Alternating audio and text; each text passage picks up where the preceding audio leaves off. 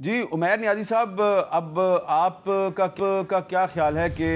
یہ جو آئینی ترمیم ہے اس پر جو مولانا فضل الرحمان صاحب کی طرف سے اتفاق رائے کی کوشش ہے وہ اس کوشش میں کامیاب ہو جائیں گے؟ دیکھیں جو کامران بھائی سجیسٹ کر رہے ہیں نا، یہ تو انٹرنل بینچ کے ریگولیشن کا معاملہ ہے، یہ تو کوئی بھی چیف جسٹس کر سکتا ہے اور یہ بڑی آسان سجیشن ہے اور آپ آئینی ترمیم کا کورس بھی نہیں اڈاپٹ کرنا پڑتا۔ مگر مسئلہ نون لیگ کے لیے کچھ اور ہے۔ دیکھیں انہیں کچھ ٹاسک دیے گئے ہیں، جب دیکھیں آپ مینڈیٹ کے بغیر آئیں آپ مجبور ہوتے ہیں، آپ نے بہت کچھ کرنا پڑتا ہے آپ کو، اور یہ اس وجہ سے کر رہے ہیں۔ دیکھیں اگلے تو اس حد تک جا چکے ہیں کہ آئینی عدالت میں کون ہوئے گا، ججز کی تقسیم کیا ہوئے گی، آنے والی ہائی کورٹ کی اپوائنٹمنٹ میں ججوں کا ترتیب کیا ہوگی، یہ سارا کچھ بندر بانٹ ہو چکا ہے۔ دیکھیں مگر یہ سمجھنے سے قاصر ہے، دیکھیں معاملات اس طرح سے نہیں چلیں گے۔ آپ سب کچھ فکس بھی کر لیں، ہر اینگل پہ فکس کر لیں، آپ الیکشن کمیشن میں بھی امینڈمنٹ لا کے اسے انٹرم سیٹ اپ کو چلائی رکھیں، ٹل فردر اپوائنٹمنٹ چلائی رکھیں۔ دیکھیں نظام اس طرح نہیں چلے گا۔ پاکستان میں جگہ جگہ اب جو ہے نا نیچے جو ہے نا لاوا پھوٹ رہا ہے، وہ کہیں سے بھی جو ہے نا ایک بڑا ایونٹ بننا ہے اور سب کچھ ڈسرپٹ ہو جائے گا۔ انہیں اس چیز کا احساس ہی نہیں ہو رہا، مطلب یہ بڑی لمیٹڈ سوچ کے ساتھ آگے چل رہے ہیں۔ اور میں تو وہ اس وقت سے ڈر رہا ہوں کہ حسینہ واجد کو تو ہیلی کاپٹر مل گیا تھا، انہیں وہ ہیلی کاپٹر بھی نہیں ملنا۔ کیانی صاحب، یہ بیرسٹر عمیر نیازی صاحب ویسے تو بڑے ایک ٹھنڈے مزاج کے آدمی ہیں، لیکن بہت بڑی بات کر گئے ہیں کہ حسینہ واجد کو تو ہیلی کاپٹر مل گیا تھا، آپ کی لیڈرشپ کو شاید ہیلی کاپٹر بھی نہ ملے۔ جی دیکھیے یہ ان کی خواہش ضرور ہو سکتی ہے، مگر بدقسمتی سے ایسا ہے نہیں، اور اسی لیے نیازی صاحب جیسے بھی ریلیٹیولی مناسب جو انسان ہے، دیکھیے جب آپ کو نظر آ رہا ہو نا کہ سسٹم سنبھل رہا ہے، معیشت سنبھل رہی ہے، اور آپ کو نظر آ رہا ہے کہ آپ کا جو مال ہے وہ نہیں بکنا، اب یہ انتشار کا، شور شرابے کا، الارمسٹ جو آپ کا ایک بیانیہ ہے، جب وہ نہیں بکے گا تو پھر آپ اس کو مزید اسکلیٹ کرنے کی کوشش کرتے ہیں، اور تب ہی آپ ایسا کرتے ہیں کہ جب ایس سی او کی کانفرنس ہو رہی ہے تو ڈی چوک پر ہی احتجاج کی کال دیتے ہیں۔ تو ان کو اب یہی چیز سمجھ نہیں آ رہی، مگر دیکھیے بات یہ ہے کہ چیزیں تو سنبھل رہی ہیں، معیشت بھی بہتر ہو رہی ہے، کسی کی توقع نہیں تھی، ان کا بھی یہی خیال تھا، اور آپ کو یاد ہے کہ فیبرری کے اندر ان کے پاس بھی ایک موقع تھا حکومت کے لیے کوئی کولیشن بنانے کا، پیپلز پارٹی کے ساتھ ایک بات چیت کی، ایک بات کا آغاز بھی ہوتا ہے، ہم نے ٹھکرایا تھا۔ اس ٹائم پہ ہم نے یہ ذمہ داری پیپلز پارٹی کے ساتھ مل کے اٹھائی، اور ان کا یہ خیال تھا، لوگوں کا یہی خیال تھا کہ معیشت کے حالات اتنے مشکل ہیں کہ سنبھلے نہیں جائیں گے، بہت کچھ ہوگا۔ الحمدللہ 6 مہینے کے اندر تقریباً آپ کی معیشت میں جتنی بہتری آئی ہے اتنی شاید ان کو بھی توقع نہیں تھی، اور شاید عام توقعات سے بھی بہتر ہے۔ ہرگز ہم یہ نہیں کہہ رہے کہ حالات بہت آسان ہو گئے ہیں، بہت سفر ابھی باقی ہے، مگر ڈائریکشن صحیح ہے، مومنٹم صحیح ہے۔ تو دیکھیے ہم تو اپنا کام جاری رکھیں گے، اور باقی ہم یہ جو لاوا پکنے کی بات انہوں نے کی ہے، جی تو کل جو ذکر کیا عمیر نیازی صاحب نے، جو کل کراچی پریس کلب کے باہر ہوا، اس پہ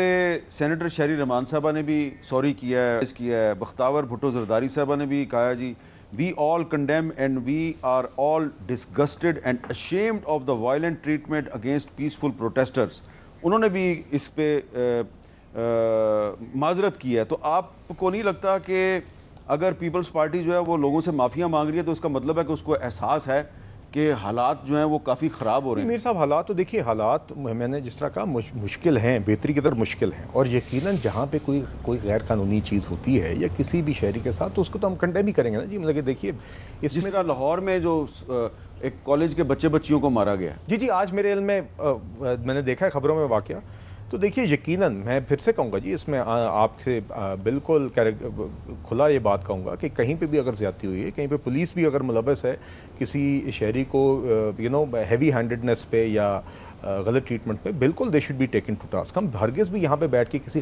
غلط ایکشن کو ڈیفینڈ نہیں کریں گے۔ معاملے کی پوری تحقیقات ہونی چاہیے، اور کوئی بھی شخص اگر اس طرح اپنی اختیارات کا ناجائز استعمال کرتے ہوئے کوئی کرتا ہے تو اس کو بالکل دیکھیے، یہ تو اس معاملے پہ تو کوئی بات نہیں، مگر